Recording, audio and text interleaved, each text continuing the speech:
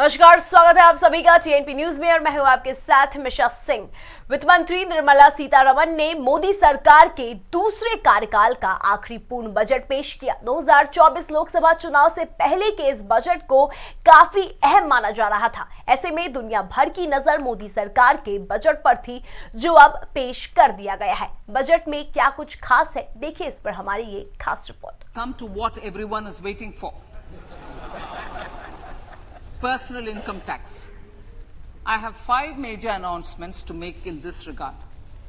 These primarily benefit our hard-working middle class. Currently, those with income up to 5 lakh do not pay any tax, do not pay any income tax in both old and new regimes.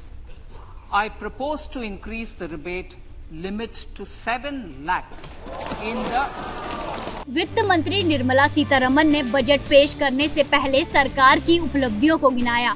उन्होंने कहा कि भारत अर्थव्यवस्था का एक चमकता हुआ सितारा है। भारत दुनिया की 5वीं सबसे बड़ी अर्थव्यवस्था है। अर्थव्यवस्था वृद्धि दर 7% रहने का अनुमान है। G20 की अध्यक्षता मिलना एक बड़ी कामयाबी है। वित्त मंत्री निर्मला सीतारमण साल 2023-24 का बजट पेश कर चुकी है।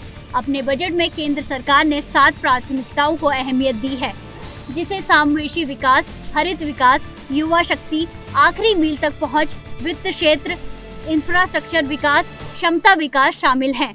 निर्मला सीतारमण ने अपने भाषण में बजट को लेकर कई बड़ी घोषणाएं की। वित्त मंत्री ने कहा कि मुफ्त अनाज पर 2 लाख से ज्यादा का बजट तैयार किया गया है। 80 करोड़ लोगों को मुफ्त अनाज मिलेगा। रिफॉर्म पर फोकस किया जाएगा।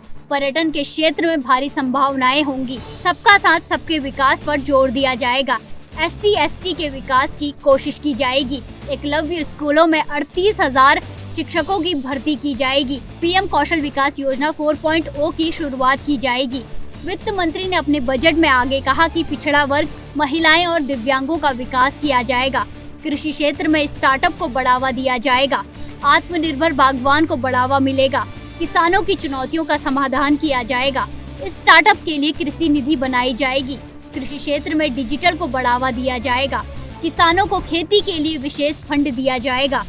डिजिटल तकनीक से खेतों को बढ़ावा मिलेगा। ग्रीन ग्रोथ बजट को पहली प्राथमिकता दी जाएगी। सरकार रोजगार पैदा करने पर ध्यान दे रही है। मोटे अनाज को बढ़ावा देने पर जोर दिया जाएगा। मछुआरों के लिए स्पेशल पैकेज रखा गया है। 20 लाख करोड़ का कृषि फंड दिया जाएगा। वित्त मंत्री ने बजट पेश करते हुए कहा कि भारतीय मिलेट संस्थान का गठन होगा। कृषि क्षेत्र के लिए स्टोर की संख्या बढ़ाई जाएगी। शहर में नालों की सफाई के लिए नई योजना लाएंगे। अब सफाई कर्मी मेन हॉल में नहीं उतरेंगे। स्वास्थ्य को लेकर कहा गया कि साल 2047 तक एनीमिया खत्म करने का लक्ष्य रखा गया है। ICT लैब की संख्या देश में बढ़ाई जाएंगी। मेडिकल कॉलेज को रिसर्च के लिए तैयार करेंगे। आगे अपने बजट में वित्त मंत्री सीतारमण ने बताया कि देश में क्या सस्ता और क्या महंगा होगा। खिलौने, साइकिल, ऑटोमोबाइल सस्ते होंगे। मोबाइल फोन, कैमरों के लेंस और टीवी सस्ते होंगे। इलेक्ट्रॉनिक व्हीकल सस्ते होंगे। LED टीवी, बायोगैस से जुड़ी चीजें सस्ती होंगी, जबकि देसी किचन चिमनी महंगी होंगी। चांदी, सोना और हीरा महंगा होगा। सिगरेट भी महंगी होंगी। बजट में निर्मला सीतारमण ने वेतन भागियों को आयकर में छूट का ऐलान किया है। उन्होंने कहा कि आयकर में छूट दी जाएगी। अब 7 लाख तक की इनकम पर टैक्स नहीं लगेगा। नए टैक्स सिस्टम में 7 से घटाकर 5 टैक्स स्लैब बनाए गए। नया टैक्स सिस्टम में 9 से 12 लाख पर 15% टैक्स देना होगा। 12 से 15 लाख पर 20% टैक्स देना होगा। personal income tax. I have 5 major announcements to make in this regard. These primarily benefit our hard-working middle class. The first one concerns rebate. Currently, those with income up to 5 lakh do not pay any tax, do not pay any income tax in both old and new regimes.